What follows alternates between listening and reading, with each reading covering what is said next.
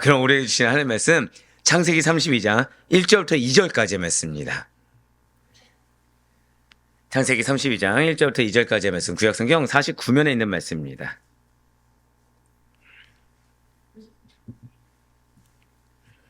예, 그 찬양팀 중에 한 분이 이게 물어보시더라고요. 항상 그 이제 일주일 전에 먼저 올려드리는데 딱 금요철야, 그러니까 금요 기도회 때 이제 새벽 기도회 때 1절과 2절 간만에 짧은 구절인 거 보고서 이 말씀은 엄청 무게감 있는 말씀이던가, 네, 아니면은 금철을 위해서 지나가는 말씀이겠군요. 자, 정답은 무엇일까요? 엄청 중요한 말씀입니다. 자, 우리 다 함께 그러니까 중요한 말씀인 만큼 1절과 2절 말씀 한 목소리로 우리 같이 읽겠습니다. 시작. 야곱이 길을 가는데 하나님의 사자들이 그를 만난지라. 야곱이 그들을 볼 때 이르기를 이는 하나님의 군대라 하고 그 땅 이름을 마하나임이라 하였더라. 아멘. 할렐루야. 내 오대 변화시 살아있는 주님의 말씀의 은혜를 사모함으로 말미암아 이렇게 우리가 하루의 시작을 말씀과 기도하는 것을 주께서 기쁘게 여기시사. 자, 절대 크게 고백하실게요. 반드시 만나주십니다. 네, 그렇습니다. 나의 연약함에도 불구하고, 또는 나의 죄악됨에도 불구하고, 그리고 또는 나의 어떠한 상태에도 불구하고 나를 만나주신 하나님, 그 하나님을 믿는 믿음으로 우리 새벽기도에 나오신 우리 모든 성도님들을 주님의 환영하고 축복합니다. 이 새벽에 우리는 지금 창세기를 통해서 계속해서 은혜 받는 시간을 갖고 있습니다. 창세기 27장부터 아마 이제 거의 다 외우실 거예요. 27장부터 몇 장까지가 야곱이라고요? 예, 그렇습니다. 27장부터 시작된 이 파란만장한 야곱의 일생은 36장에 마무리가 된다고 말씀을 드렸습니다. 자, 지금 20년간 봉사한 야곱이었어요. 일가를 이루고 하나님의 명령에 따라 가나안으로 귀향을 결단하고 나아가고 있습니다. 그리고 야곱의 가족들이 도망치듯이 자신의 곁을 떠난 것을 알고 라반은 이렇게 빠를 수가 있을까? 라는 마음이 들 정도로 재빠르게 추격을 해서 따라잡았습니다. 그리고 라반은 감사하지 않죠. 오히려 야곱을 책망하고 따져 물었고 야곱 역시도 분노가 일으키면서 라반을 책망합니다. 그러면서 20년간 이 라반이 약속을 어기고 자신을 종처럼 여긴 그 불합리한 점을 이야기했다는 거예요. 그러다가 미스바에서, 어제 우리가 말씀을 드렸죠. 미스바에서 야곱은 라반과 화친언약을 맺고 다시금 이제 가나안을 향해 나아가게 되었습니다. 자, 절대 고백하실게요. 하란에서의 문제가 해결되었습니다. 자, 하란에서의 문제를 무엇으로 해결해 주셨나요? 기억나시는 게 있습니까? 왜 없죠? 이유는 딱 하나요. 특별한 어떠한 야곱의 능력이 아니었기 때문이라는 거예요. 다만 굳이 도구가 된다고 한다면 절대 고백하실게요. 나의 수고와 나의 고난을 주님이 증거 삼으십니다. 단지 그거 하나예요. 하나님께서 개입해 주셨습니다. 사명도 명확하고, 그리고 그에 따라 하나님의 인도하심과 개입하심도 명확했습니다. 다만 굳이 하나님께서 야곱의 편에서 야곱을 보호해 주신 이유는 야곱의 그동안의 수고와 고난까지도 증거 삼아 주셨다는 거예요. 즉, 내가 원하는 해결 방법이 아닙니다. 내가 원하는 때도 아니고 내가 생각한 방법도 아니에요. 하나님의 때, 하나님의 방법으로 하나님의 역사가 일어난 것입니다. 그러면서 이제 하란의 문제가 끝났어요.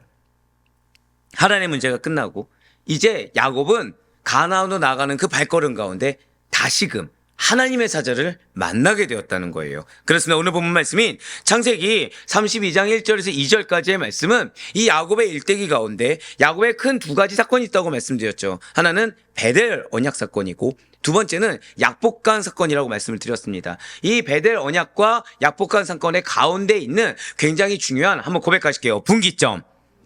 분기점이 되는 그 사건이 바로 오늘 말씀이라는 거예요. 바로 야곱이 하나님의 사자를 다시 만난 내용입니다. 창세기 32장 1절 말씀 한번 보도록 하실게요.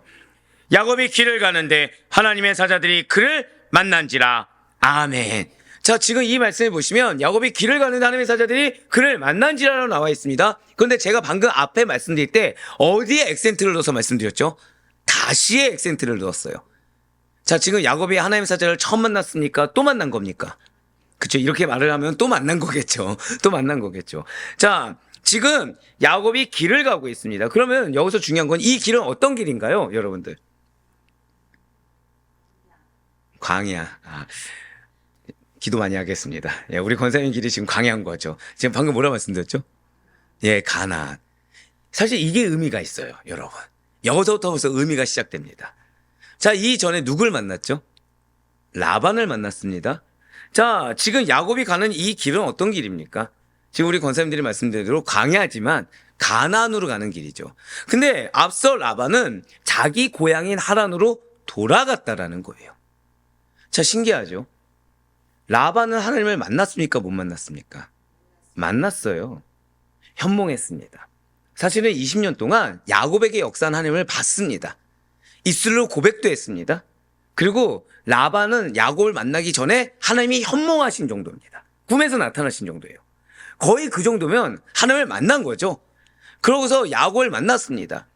그렇지만 결국에는 야곱의 말을 듣고 그러고서 거기서 화친을 맺고 화평 조약을 맺고서 사실 여기서도 기회가 있다는 거예요. 어떤 기회죠? 함께 할 수 있는 기회가 있는 겁니다. 절대 고백하실게요. 하나님께서는 기회를 주십니다. 자, 우리는 흔히 이 기회를 나의 어떠한 신앙의 문제라든지 인생의 문제가 해결될 기회로 우리는 받아들입니다. 우리 보통 이 기회라는 것은 지금 내가 놓인 이 상황을 역전시켜 주시는 바로 그런 기회를 삼는다는 거예요. 그렇지만 우리에게 있어서 가장 먼저 주어지는 기회는 하나님과 동행하는 기회입니다. 목사님, 저는 예수를 믿는 다음부터 하나님과 계속 동행하는데요. 예, 맞습니다. 동행하죠. 그렇지만 중요한 것은 하나님의 원하시는 길로 함께 나아가는 동행. 내가 원하는 대로 하나님을 끌어당기는 동행이 아니라 하나님께서 나와 영원히 함께 하시는 동행. 바로 그 길이 있다는 거예요. 죄악된 길을 갈 때는 어떠하십니까? 하나님 물론 함께 하시죠. 하지만 죄악된 길을 갈 때는 다시 내가 있어야 될 자리로 돌이키는 기다림이라는 거예요. 하지만 죄악된 길이 아니라 하나님께서 원하시는, 한 번 더 고백하실까요? 나에게는 가나안이 있습니다. 예, 그렇습니다. 우리에겐 가나안이 있고 기업이 있다는 걸 알고 있어요. 그 길까지 나아가는 데 있어서 하나님께서 친히 개입하시고 친히 역사하시사 어제 말씀드린 대로 이전과는 다른 나의 위치, 바로 그러한 상태의 동행이 우리에게 있다라는 것입니다. 그것이 라반에게도 있었다는 거예요. 하지만 라반의 선택은 하란으로 돌아가는 것이었습니다. 이러한 것과 대조적으로 야곱은 드디어 자신이 가야 할 길, 바로 가나안으로 가는 길을 향해 나아갈 수가 있었다는 거예요. 그렇습니다. 이 길은 아무런 목적도 없이 정처 없이 떠나는 길이 아닙니다. 분명한 목적지가 있어요. 확실한 목적지가 정해져 있습니다. 자, 절 따라 한 번 더 고백하실게요. 나의 기업은 분명합니다. 나의 기업은 확실합니다. 우리가 믿음이 언제 흔들릴까요? 우리가 언제 낙담하거나 실족하게 됩니까? 하나님이 나에게 주신 이 약속이 흔들릴 때입니다. 이것이 확실하다는 것에 대해서 내가 의심을 품기 시작했을 때, 하나님께서 아무리 보여주어도 이 가나안에 우리의 분깃이 있다는 것에 대해서 말씀을 믿지 못할 때 우리는 라반과 같이 하란으로 돌아가게 됩니다. 하지만 이것이 분명하고도 확실한 목적지라는 것에 대해서 확신하며 나아갔을 때, 그때 하나님은 만나주세요. 방금 뭐라 말씀드렸죠? 확실할 때, 믿고 나아갈 때 하나님 만나주십니다. 자, 지금 오늘 말씀의 제목이 무엇입니까? 하나님의 사자를 야곱이 만났어요. 근데 만나기 전에 야곱은 선택의 기로에 있었던 겁니다. 하란과 같이 어차피 화평조약을 맺었으니까 이제 관계가 좋아지지 않았습니까? 내 재산도 인정받았죠. 하란으로 돌아갈 수도 있었을 것입니다. 하지만 야곱은 이 목적지에 대해서 명확했어요. 내가 가야 할 이 길에 대해서 의심치 않았습니다. 우리가 때로는 하나님께서 새로운 일을 명하실 때가 있어요. 근데 새로운 일을 명할 때 레드카펫이 쫙 깔린 것처럼 순탄하고 형통하면은 누구도 의심치 않습니다. 근데 언제 여러분들 마음에 의심이 들죠?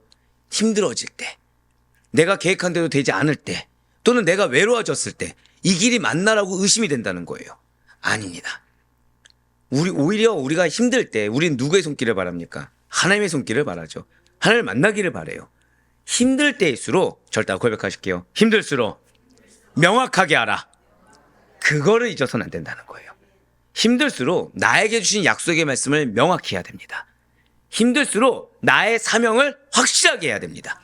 힘들수록 이거에 대해서 의심치 않고 오히려 한 걸음 더 내딛어서 여러분들 만나고자 기다리고 계시는, 자, 방금 뭐라 말씀드렸어요? 절대 선포하시겠습니다. 하나님께서 기다리고 계십니다. 맞아요. 나를 만나기 위해서 기다리시는 그 하나님을 만나며 나아갈 수 있는 우리 모두가 되길 간절히 소망합니다. 네, 그렇습니다. 지금 야곱이 걸어가는 그 길, 야곱이 이 라반과는 반대로 나아가는 그 길은 분명하고 확실한 목적지가 정해진 길입니다. 그래서 야곱에게 허락된, 여러분들에게 허락된, 저 따라 고백하실게요. 축복의 길. 축복의 길이라는 거예요. 그러니까 이 길 걷기 전까지 야곱의 상태가 어때였죠? 굉장히 어려웠습니다. 힘들었습니다. 고난이었습니다. 고통이었고 죽기 직전이었어요. 좋은 것이 하나도 없죠. 문제는 있어요. 가나안에는 문제가 없습니까? 여러분들이 기억하셔야 돼요. 지금 가나안에는 야곱이 20년 동안 이 마음속에 짐으로 갖고 있는 더 큰 문제가 있습니다. 근데 지금 이 문제를 품고서 하란에서는 문제가 있습니까? 없습니까? 있다는 거예요. 지금 야곱의 상황에서 해결된 게 뭐가 있죠? 아무것도 없습니다. 그런 상황에 문제가 뻔히 보이는 곳인데, 어려움이 뻔히 보이는 곳인데 하나님이 말씀하셨던 그 이유 하나로 이 말씀의 실성 가지고 나아갔다는 거예요. 사랑하는 성도 여러분들, 내가 생각하는 어려움에 잠식되어서는 안 됩니다. 내가 생각되어지고 느껴지는 그 감정과 체감과 생각에 어려움에 미혹되어서는 안 돼요. 왜죠? 그거는 내 인간적인 생각이고 인간적인 감정일 뿐입니다. 하지만 하나님께서 바라시는 것은 기다리고 계시다는 거예요. 여기에 나아가야 됩니다. 그럼 만나게 된다는 거예요. 그렇습니다. 왜 야곱에게 축복된 길인 것입니까? 문제가 해결되지 않았는데, 문제가 서서히 다가오고 있는데 작은 문제 하나 해결됐다고 해서 큰 문제가 해결된 것이 아닌데 왜 축복의 길이라는 것입니까? 야곱이 지금 걸어가는 길 끝에는 바로 아버지가 계신 고향이자 하나님의 약속을 품고 있는 가나안 땅이 놓여져 있기 때문이라는 거예요. 그리고 이것이 바로 여러분과 저의 모습이자 우리에게 주어진 약속인 줄 믿으시길 바라겠습니다. 오늘날 분명히 약속을 받았습니다. 그 기업이 확실해요. 그럼에도 불구하고 현실의 무게에 짓눌려서 정작 무엇을 위해 열심히 달려나가야 하는지 모르고 그 방향성을 놓친 채 현실 가운데서 갈팡질팡하는 우리의 모습이 있어요. 그러한 우리들에게 예수님을 믿는 그리스도인들은 오직 단 하나, 예수님이라는 표대를 향해, 말씀이라는 표대를 향해 나아가는 그리스도의 제자다. 그것이 그리스도인이다 라는 정체성을 잊지 말아야 된다는 것을 지금 야곱이 상기시켜주고 있다는 거죠. 눈앞에 어떤 문제가 있냐, 지금 내가 원하는 대로 방향이 흘러왔냐, 이건 중요한 것이 아니라는 거예요. 중요한 것은 하나님이 표대를 정해주셨으면 거기로 나아가는 겁니다. 표대를 정해준 그 길 가운데 내가 계산이 되냐 안 되냐 이건 중요하지 않아요. 내가 어떤 어려움을 겪고 내 마음이 어떠냐 이건 중요하지 않습니다. 중요한 건 하나님 말씀하신 표대로 나아가는 거. 이 표대에 반드시 나아가는 길 자체가 축복이라는 거. 당연히 어려울 수 있죠. 당연히 괴로울 수 있죠. 요즘 은혜를 많이 경험하고 있습니다. 자, 현실적인 은혜일까요? 영적인 은혜일까요? 자, 이 얘기를 왜 굳이 이렇게 나눴을까요? 그럼 현실적으로 어떻다는 거예요? 이게 뭘까요? 문제가 허다하게 보이는 겁니다. 여러분들 어떻게 들으실지 모르겠지만, 머리가 나빠 보이지만 머리가 좋은 편에 속합니다. 아멘은 아무도 안 하시는군요. 예, 아무리 나빠도 왜 계산되는 부분들이 있을 거 아닙니까? 그쵸? 그러니까 현실적으로 미리 걱정되는 부분들도 많은 거예요. 근데 문제는 뭐라고요? 영적인 은혜는 어마어마한 거죠. 영적인 은혜. 이게 그냥 단순히 기도 가운데 은혜 받았나 보다, 말씀 가운데 은혜 받았나 보다 이 정도는 아닙니다. 사실은 있을 수 없는 일들을 경험하죠. 근데 현실적인 문제 해결에 도움이 될까요, 안 될까요? 전혀 도움이 안 됩니다. 전혀 도움이 되지 않아요. 근데 이건 하나님이 개입하지 않으면 있을 수 없는 일이라는 것들이 발생하고 있다는 거예요. 자, 그거 한번 여쭤볼게요. 사는 성도 여러분들, 저는 지금 은혜를 받는 겁니까? 저는 지금 시험에 든 겁니까? 바로 그거라는 거예요. 우리는 현실의 문제가 해결돼야 은혜를 받았다고 여깁니다. 그리고 영적인 은혜라는 거, 머리는 알아요. 이거 하나님 개입하셔야 이렇게 은혜를 주신 거다라고 알고 있습니다. 근데 이것이 현실의 문제와 연류가 되지 않으면 우리는 나도 모르는 사이에 무엇을 더 낮게 평가하죠? 은혜를 낮게 평가한다는 거예요. 그래서 나도 모르는 사이에 어디에 매여 있죠? 현실 문제에 매여 있곤 한다는 것입니다. 하지만 아니에요. 오늘 야곱을 보셔야 됩니다. 지금 오늘 야곱은 지금 첫 마디, 야곱이 길을 가는데 이 짧은 문장 하나 가지고 우리의 정체성을 얘기해 주고 있어요. 우리의 정체성은 에서의 문제가 해결됐냐 안 됐냐 이게 중요하지 않습니다. 라반의 문제가 해결됐냐 안 됐냐 이게 중요한 것이 아닙니다. 한번 고백하실게요. 나의 길. 이게 중요한 자들이에요. 내가 그리스도인의 길을 걸어가는가. 그리스도인의 길을 걸어가는데 자, 여러분들 마음을 어렵게 하는 여러 가지 어려운 문제들이 있을 수 있습니다. 이건 중요한 것이 아니에요. 둯대를 향해 확실히 갔을 때 하나님은 반드시 여러분들에게 증거를 보여주십니다. 증거는 증거일 뿐이에요. 나와 연루시키려는 교만을 부려서는 안 됩니다. 하나님 보여주신 증거가 내 상황과 별개의 상황이라고 해도 자, 이거 지금 누가 증거를 주셨다고요? 하나님이 주셨어요. 근데 내 상황과 연루시키면 누가 주권을 가진 거죠? 내가 주권을 가져서 그 은혜도 누가 주길 원하는 거예요? 하나님이 내 입맛에 맞춰서 주길 원하는 교만을 부리는 거랑 똑같은 겁니다. 그러니까 예를 들면 내가 돈이 필요해요. 우리 목사님 돈 필요하나 이렇게 생각하시면 안 됩니다. 예, 지금 저에게 필요한 건 뭐죠? 저다 고백하실게요. 내가 성장하겠습니다. 제가 원하는 은혜는 지금 이겁니다. 거꾸로 얘기하면 여러분들 지금 성장하신 거예요, 안 하신 거예요? 정직한 자. 네네. 다 너무 성장 잘하고 계시죠. 자, 근데 이제 왜 우리가 현실적으로 뭐 그럴 수 있잖아요. 물질이 필요해요. 근데 하나님이 예를 들어서 자녀가 성장한 겁니다. 갑자기. 근데 난 지금 뭐가 필요해요? 물질이 필요합니다. 자, 그럼 여러분들은 기도가 응답됐습니까? 안 됐습니까? 이게 우리 모습이라는 거예요. 왜죠? 자녀가 성장했던 건 또 자녀에게 뭐가 필요해요? 또 돈이 필요하다고 딱 연료를 시키거든요. 그러면서 어떻게 기도가 나오죠? 주님 너무 감사한데 이 돈의 문제가 해결되길 원합니다. 지금 주님 뭐라고 하시죠? 내가 지금 증거 하나 보여줬는데 왜 너는 지금 너의 상황을 맡기지 못하느냐고 또 물으시는 거예요. 사랑하는 성도 여러분들, 은혜는 은혜로 받으셔야 됩니다. 증거는 증거로 보셔야 됩니다.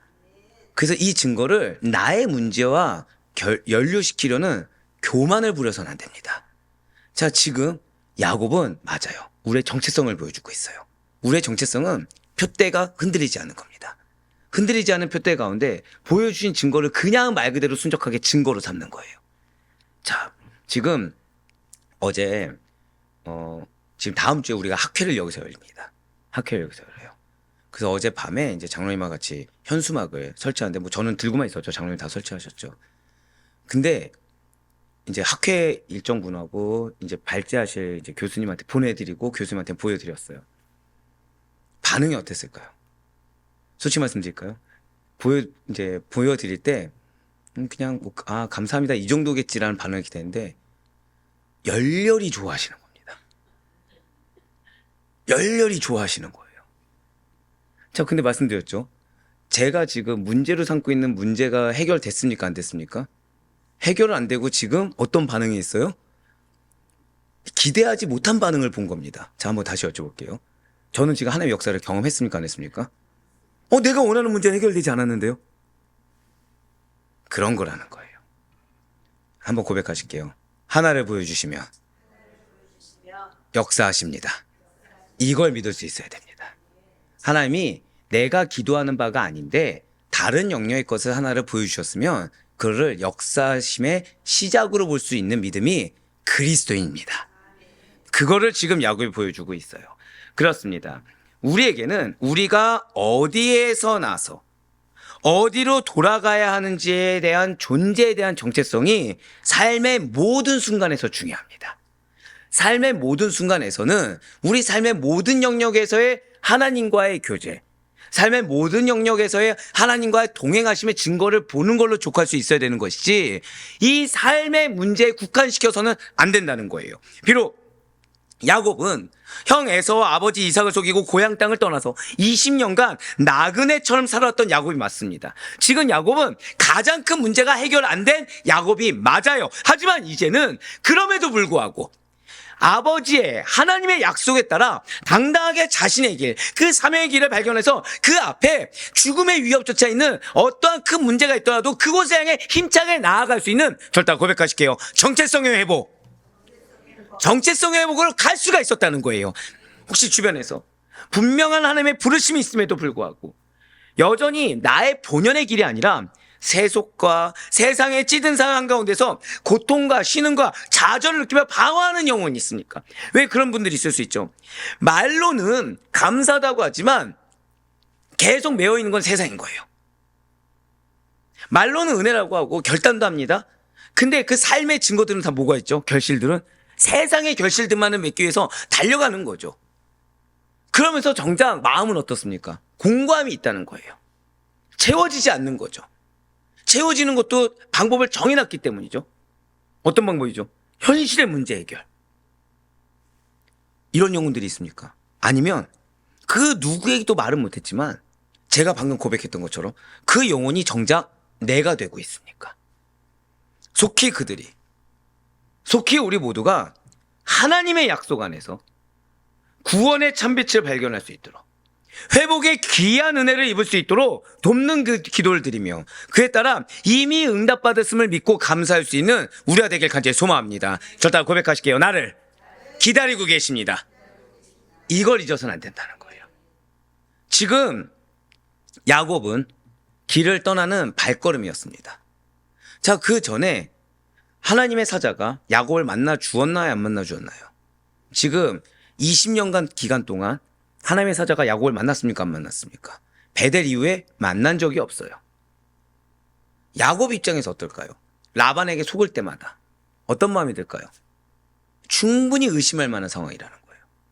라반에게 속임을 당할 때마다 충분히 의심할 만한 상황이고 어려울 만한 상황이라는 거죠. 하지만 야곱은 궁극적으로 가나안에 대한 표대를 놓치지 않았습니다. 하지만 궁극적으로 우리는 나에게 허락하신 약속의 기업이라는 표대를 놓치지 않는 그리스도인이고 제자들입니다. 그걸 놓치지 않는다고 한다면 반드시 하나님이 만나주시는 절대 고백하실게요. 때가 있습니다. 때가 있다는 거예요. 하나님 나를 만나주시는 그때를 향해 우리가 나아가야 된다는 것이죠. 분명 시편 저자는 우리에게 이렇게 약속하고 있습니다. 시편 1편 6절의 말씀 한번 보도록 하실게요. 무릇 의인들의 길은 여호와께서 인정하시나 악인들의 길은 망하리로다. 아멘. 그렇습니다. 우리가 걸을 길은 악인의 길이 아니에요. 우리가 걸을 길은 의인의 길입니다. 그러니까 지금 문제 해결하고 망하는 길로 나아가는 것이 아니라 그런 악인의 길이 아니라 하나님께서 인정하시는 은혜의 길. 우리의 마땅하고도 당연한 길이라는 것이죠. 이 길을 걷는 데 있어서 어떠한 방해나 걸림돌이 신경 쓰거나 고난이 전부가 되는 것이 아니라 의인의 길을 걸어가는데 어려움이 중요한 것이 아니라 절대 한 번 더 고백하실까요? 그 길을 걷겠습니다. 거기에 주목하셔야 된다는 거예요. 무슨 어려움이 있어서 내가 걷는데 힘드냐에 주목하는 것이 아니라 오직 그 의인의 길을 걷는 것에만 집중하여서 은혜의 길, 축복의 길에서 이탈이 없는 우리가 될 수 있길 간절히 소망합니다. 그리고 창세기 32장 1절의 후반절 한번 보도록 하실게요. 지금 붉은색 글씨를 보시면 야곱이 가나안으로 가는 길에서 하나님의 사자들이 그를 만났다라는 사실이 기록되어 있어요. 그러니까 만약에 야곱이 라반 따라 하란으로 돌아갔다고 생각해 보세요. 만날 수 있을까요? 없을까요? 없다는 겁니다. 끝까지 테스트해서 통과를 했어요. 라반과 평화교역을 맺었으니까 하란도 이제 더 이상 노예의 장소가 아니죠. 안정적인 장소입니다. 근데 이 안정적인 장소로 돌아가는 것이 아니라 오히려 리스크가 있는 곳으로 향해 나아갔다는 거예요. 인간적인 눈으로 봤을 때는 에서가 기다리는 곳으로 나아갔다는 거죠. 그 발걸음을 하자마자 누굴 만난 거예요? 하나님의 사자 만난 거예요. 한 번 더 고백하실게요. 나를 기다리고 계십니다. 바로 그거예요. 우리의 결단이 이런 결단이어야 됩니다. 일부 내 마음의 영역을 하란에 둔 상태에서 하는 결단이 아니라 온전히 하란의 것을 다 버려두고 다 이것은 옛 것이라고 인정하고 가나안으로 나가는 그 발걸음. 즉 내 마음이 오롯이 기업으로 향해 나아갔을 때, 내 마음이 현실의 하란에 이걸 내려놓았을 때 그때 하나님 만나게 되는 거예요. 지금 이런 하나님의 사자들은 하나님의 메시지를 전달하는 어떠한 특별한 임무를 부여받고 공식적으로 파견된 영적 존재들을 의미합니다. 주로 천사라고 불려지는 이 하나님의 사자들은 하나님께서 부리는 영이죠. 그래서 먼저는 하나님의 영광을 호위하게 됩니다. 그러니까 많은 분들이 이 천사의 역할에 대해서 궁금하시는데 딱 크게 두 가지입니다. 첫 번째는 무엇이라고요? 하나님의 영광을 호위하는 역할입니다. 두 번째는 하나님의 백성들을 보호하는 일을 주로 한다는 거예요.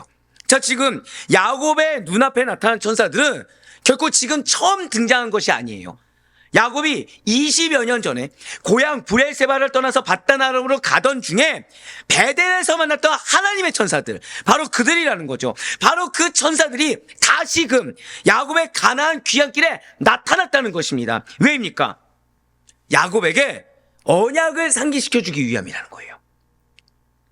야곱에게 베델 언약을 상기시켜주기 위함이라는 거죠. 결국 20년 동안 하나님은 야곱을 지켜보셨습니다. 한번 고백하실까요? 나의 결단을 기다리십니다. 예, 그렇습니다.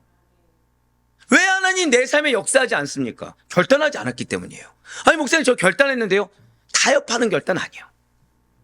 일과 하나님의 영역 남겨도 결단 아니에요. 죽어도 좋사오니. 죽어도 좋사오니. 그 결단이라는 거죠. 자, 지금 야곱 보세요. 야곱은 지금 사명의 가나안 자리에 누가 기다리고 있다고요? 에서예요. 정확히 말씀드릴까요? 나를 죽이고자 눈에 불을 킨 에서입니다. 거기가 사명의 자리라고 누가 인정할 수 있을까요? 우리가 잊지 말아야 됩니다. 야곱은요, 하란에서 결실을 맛본 자입니다. 하나님의 역사의 결실을 맛본 자예요. 거기다가 변하지 않을 것 같은 라반의 변화까지 맛본 자입니다. 그 얼마든지 야곱 입장에서는 자, 가나안이 약속의 장소일까요? 하란이 약속의 장소일까요? 얼마든지 타협할 수 있었다는 거예요. 흔들리지 않았습니다. 흔들리지 않았어요. 그리고 그렇게 결단한 야곱을 하나님은 만나주셨다는 거예요. 왜요? 한 번 더 고백하실게요. 약속을 기억하라. 이걸 기억하셔야 돼요. 때로 우리가 기도하는데, 때로 우리가 예배드리고 말씀을 듣는데 공고해질 때가 있습니다. 말씀이 들려도 들리지 않는 거예요. 기도를 해도 기도에 집중이 안 되는 겁니다. 왠지 아십니까? 하란 가지고만 기도해서예요. 하나님은 우리에게 무엇을 상기시켜 주길 원하신다고요? 약속. 약속을 상기시켜 주기 위해서 기다리는데 약속을 들을 생각하지 않고 뭐만 생각하고 있다고요? 하란에서의 문제 해결만 두고서 기도하고 있다는 거죠. 아닙니다. 지금 천사들은 야곱에게 베델 언약을 상기시켜 주기 위해서 기다리고 있었습니다. 천사들이 사닥다리를 오르락내리락 하는 중에 그 위에서 하나님께서는 사실 분명하게 말씀해 주셨다는 거예요. 창세기 28장 15절 말씀을 다시 한번 더 보시겠습니다. 내가 너와 함께 있어 내가 어디로 가든지 너를 지키며 너를 이끌어 이 땅으로 돌아오게 할지라.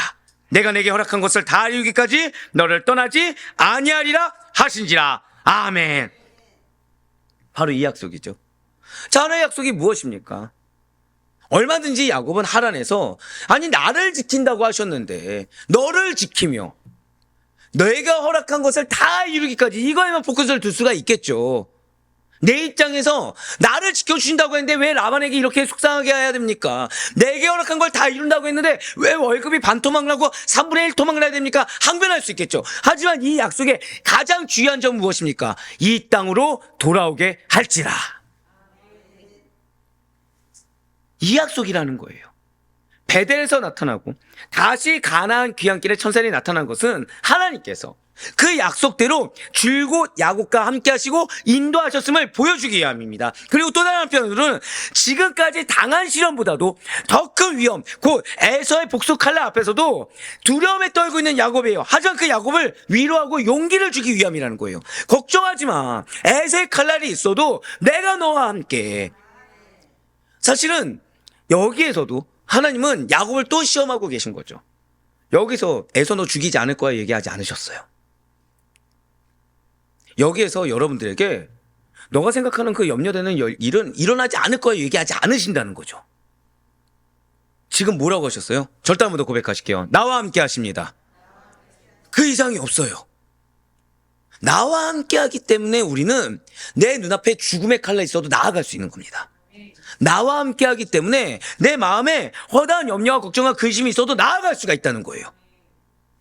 맞습니다. 지금 야곱의 결단을 바라신 하나님께서는 한번 고백하실까요? 끝까지. 맞아요. 끝까지 그 결단을 믿고 나아가는 순종을 보고 계시는 거예요. 그래서 위로하시는 것이 무엇이라고요? 나와 함께 하시는 하나님.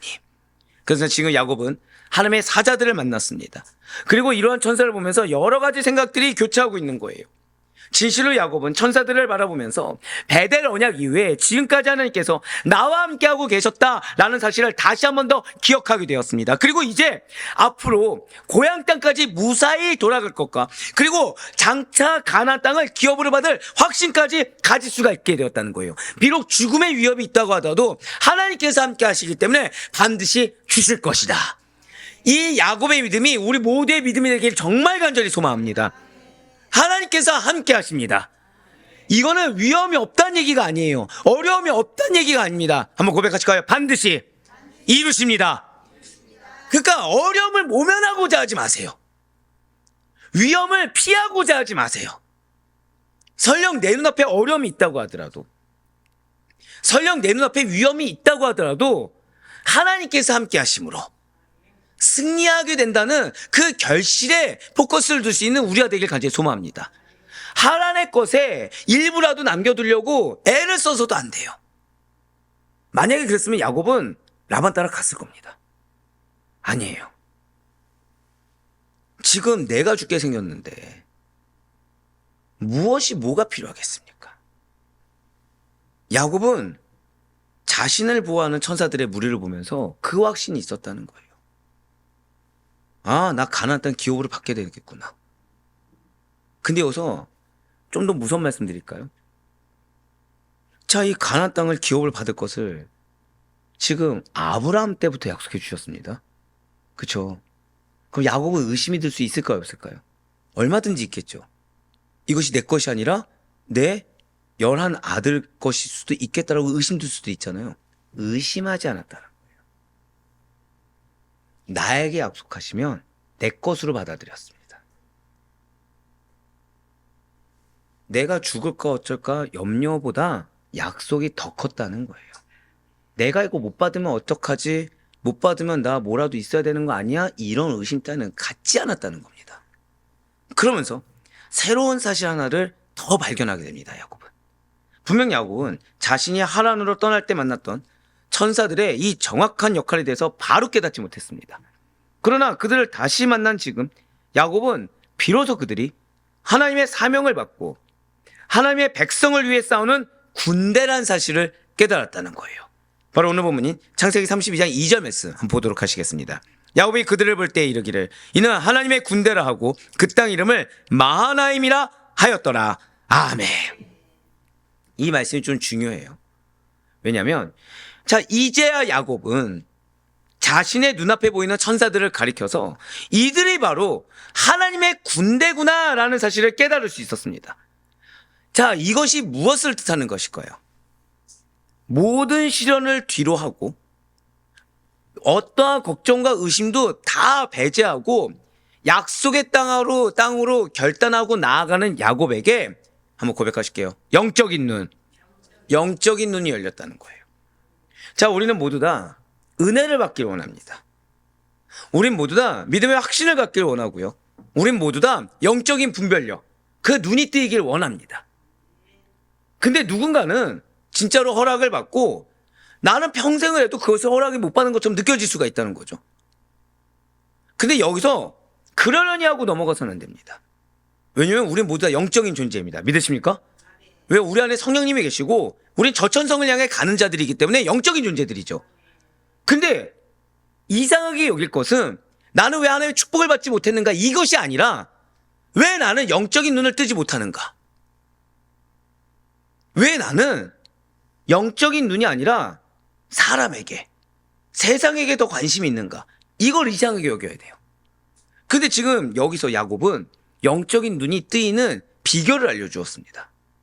무엇이죠? 결단하고 나아갈 때.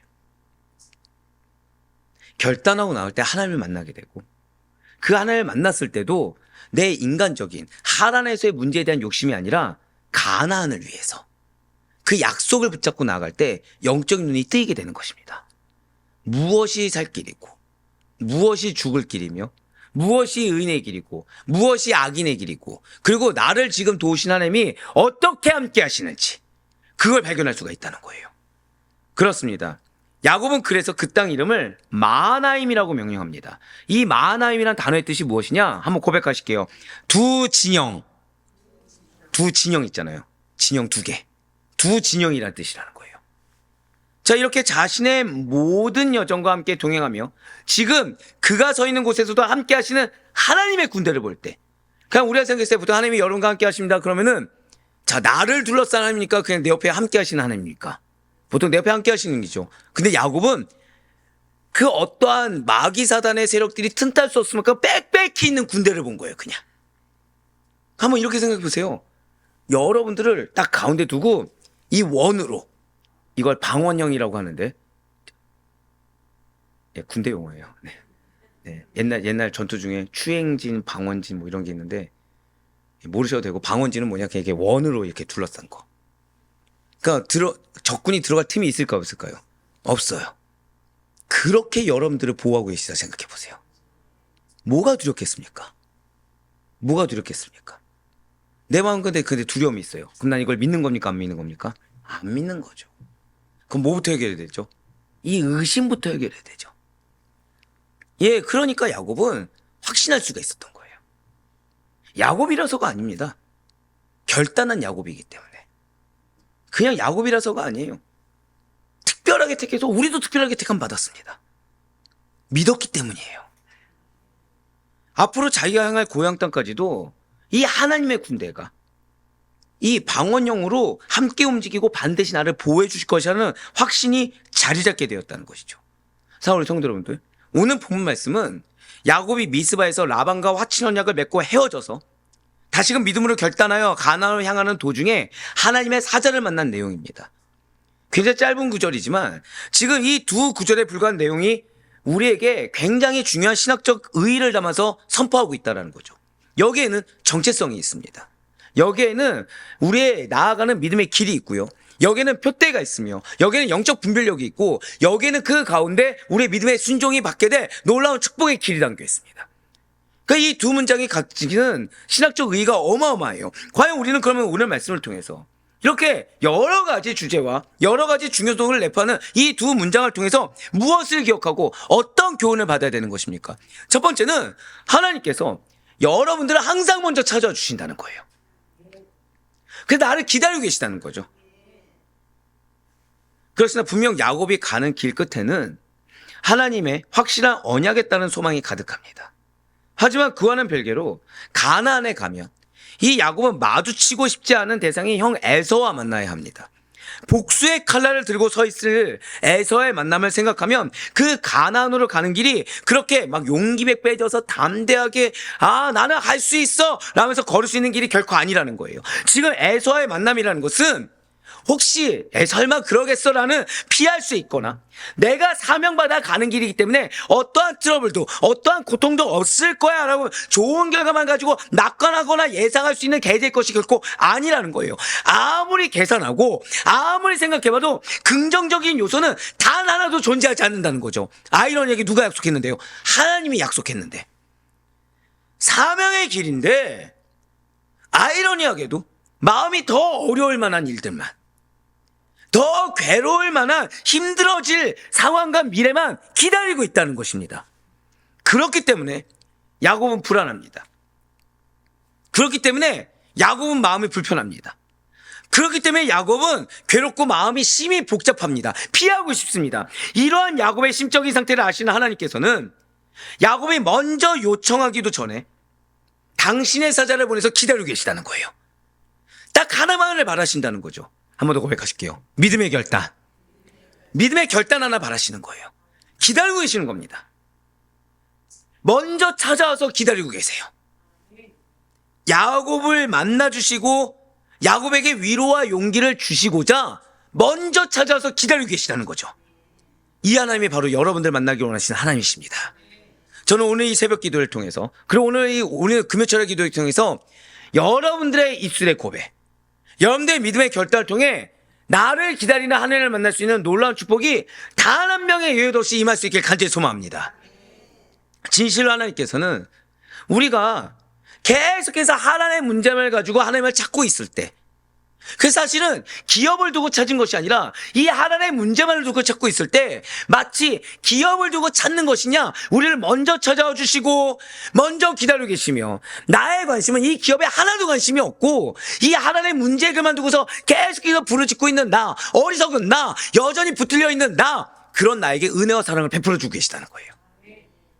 우리로 하여금 그래서 그 과정 가운데 깨닫게 하시고 결단하는 자에게만, 기업을 향해 나아가기로 단 반걸음이라도 내딛는 자에게를 위로해 주고 계시는 하나님을 만날 수 있도록 한 번 더 고백하실게요. 나를 간절히 기다리십니다.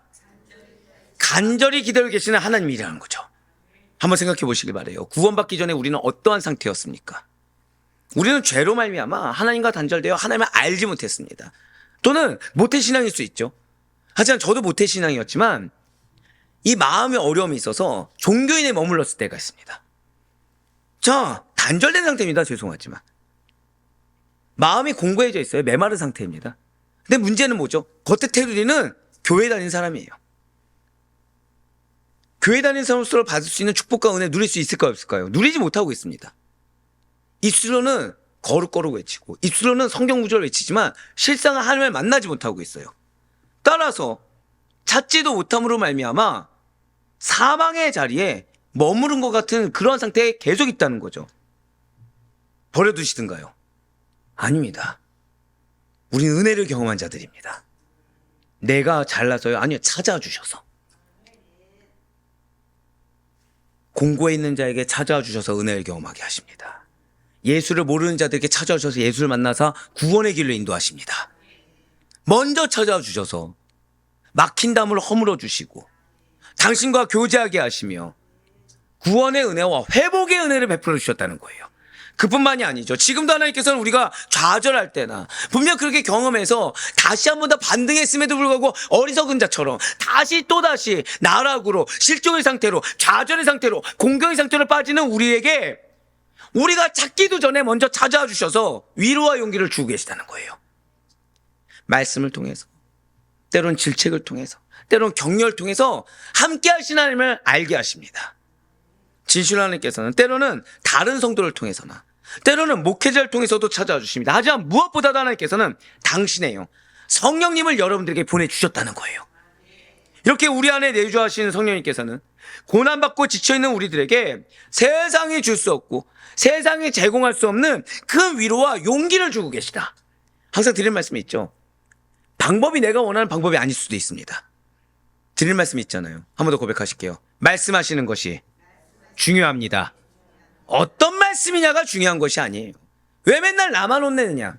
혼난 게 다행이라니까요. 혼난 게 다행이죠. 우리 중에 그 누가 하나님의 말씀을 들을 자격 있는 자가 누가 있겠습니까?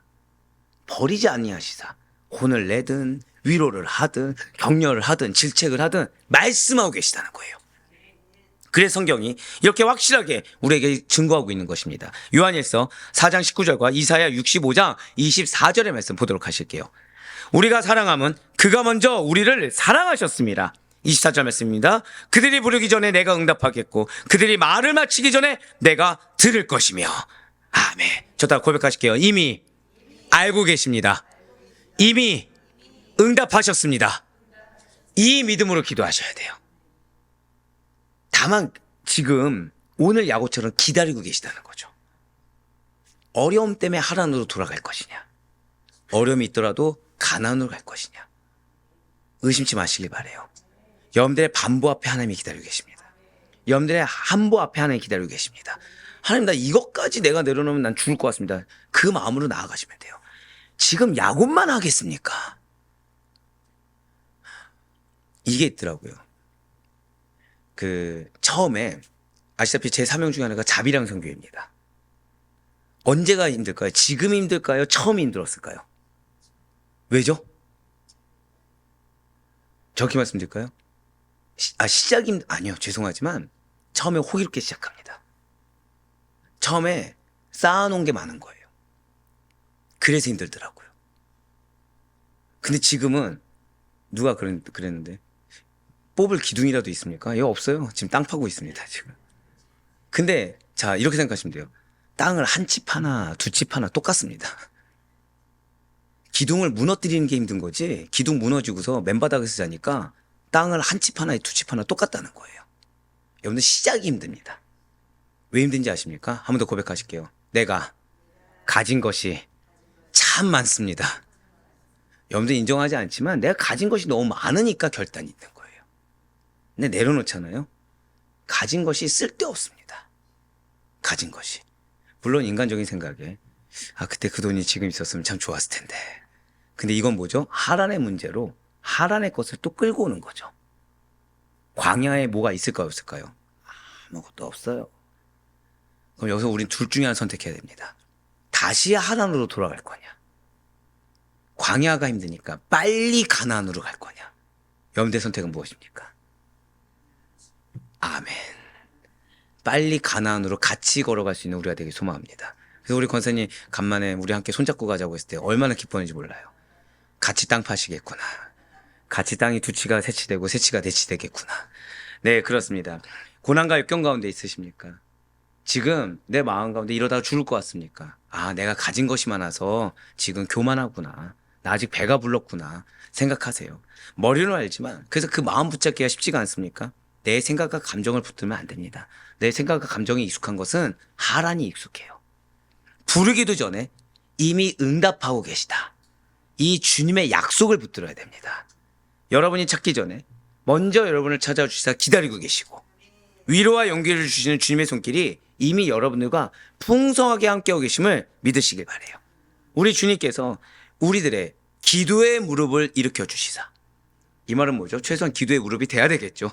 기도의 무릎을 일으키시사 날마다 승리한 삶을 절대 고백하실게요. 나의 기도의 무릎을 통해, 그렇습니다. 나의 기도의 무릎을 통해 날마다 승리하는 삶을 살게 할 것을 믿으시길 바랍니다.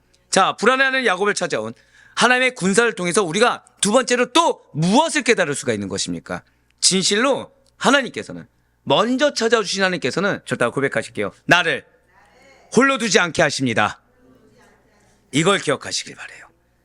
자기 백성을 홀로 두지 아니하시고 항상 지켜주고 계십니다.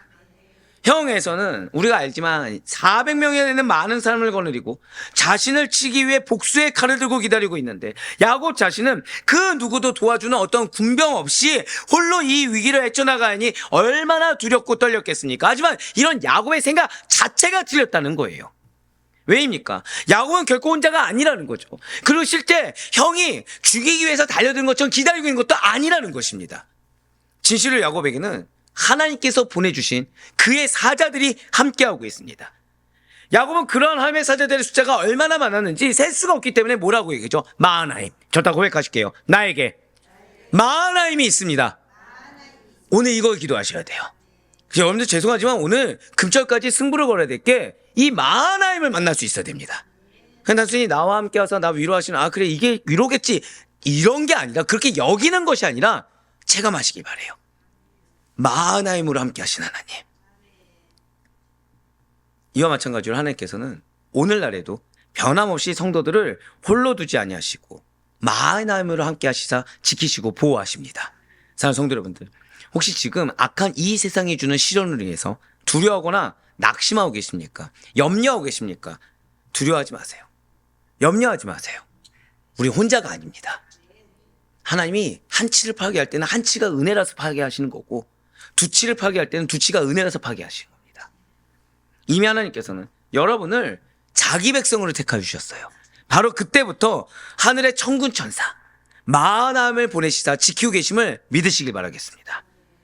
진실 하나님께서는 그 마하나임으로 하여금 우리들을 지키시고 보호하게 하신다는 것을 믿는 믿음으로 말미암아 세상이 주는 염려와 두려움을 다 극복하시고 늘 승리하는 삶, 늘 가나안에 도착한 자들만이 누릴 수 있는 분깃을 누릴 수 있게 간절히 소망하겠습니다. 분명 성경은 우리에게 이렇게 약속하고 있어요. 마지막으로 역대상 22장 18절과 시편 91편 11절 말씀 보도록 하시겠습니다. 너희 하나님 여호와께서 너희와 함께 계시지 아니하시느냐? 사면으로 너희에게 평온함을 주지 아니하셨느냐? 이 땅 주민을 내 손에 넘기사 이 땅으로 여호와 그의 백성 앞에 복종하게 하셨나니 그가 너를 위하여 그의 천사들을 명령하사 내 모든 길에서 너를 지키게 하심이라. 아멘. 사울의 모든 성도 여러분들, 진실로 우리는 세상을 살아가면서 이 악한 세력들의 도전으로 말미암아 내가 먼저 더 크게 깊은 절망과 두려움에 빠질 때가 있습니다. 왜입니까? 영의 눈이 아니라 육신의 눈으로 세상을 자꾸 보기 때문이에요. 기도를 한다고 하면서 육신의 눈으로 기도를 하고 있다는 거죠. 만약 우리가 절망적인 상황에서도 야곱과 같이 그 믿음의 결단 하나로 말미암아 주어지는 영의 눈을 뜨고 이 마하나임, 하나님의 천사들이 나와 함께함을 본다고 한다면 우린 능히 모든 두려움과 절망을 이겨내고 가나안 땅을 승리로 밟을 수가 있을 것입니다. 그러니 성도 여러분들, 세상의 도전이 거세면 거셀수록, 정확히 말씀드릴게요, 여러분들의 감정과 여러분들의 생각의 공격이 거세면 거셀수록 기도와 말씀 묵상에 더욱더 힘쓰시길 바라요. 말씀에 매여 계시길 바랍니다. 말씀에 대한 확신으로 마음을 잡기 전까지는 어떠한 언행 전에 기도의 언행만 여시길 바라요. 영적인 눈을 밝히 보이시길 바랍니다. 그냥 대놓고 말씀드릴까요? 영적으로 분별이 안 되면 믿지 마세요. 내 육신의 생각, 육신의 눈을 믿지 마세요. 영적인 눈을 볼 수 없다면 내가 틀렸다는 걸 인정할 수 있어야 됩니다. 우리의 영적인 안목이 깨어날 때 나와 함께 하시는 하나님을 바라보시며 그분만이 주실 수 있는 힘과 위로를 경험할 수 있다는 사실을 잊지 마시기 바랍니다. 그리고 이것은 특별한 일이 아니에요. 당신께서 사랑하시는 당신의 백성들이라고 한다면, 당신께서 택하신 당신의 제자들이라고 한다면 마땅히 경험해야 되고 마땅히 증거해야 되며 마땅히 누릴 수 있는 사역과 삶인 것입니다. 그래, 바라거나 얻기는 오늘 하루의 삶 가운데서도 나의 이 반걸음을 통해 역사하는 하나님, 오늘 하루의 삶 가운데서도 나의 결단하는 한 걸음을 통해 역사하는 하나님을 만나시고, 그 하나님이 그냥 단순한 하나님이 아니라 마하나임, 나를 둘러싸시다 보호하셔서 그 가운데 나에게 승리를 안겨주시는 하나님, 그리고 나를 기다려주시는 하나님을 충만하게 만날 수 있는 축복된 오늘 하루의 삶이 될 수 있기를 주님의 이름으로 간절히 축원합니다.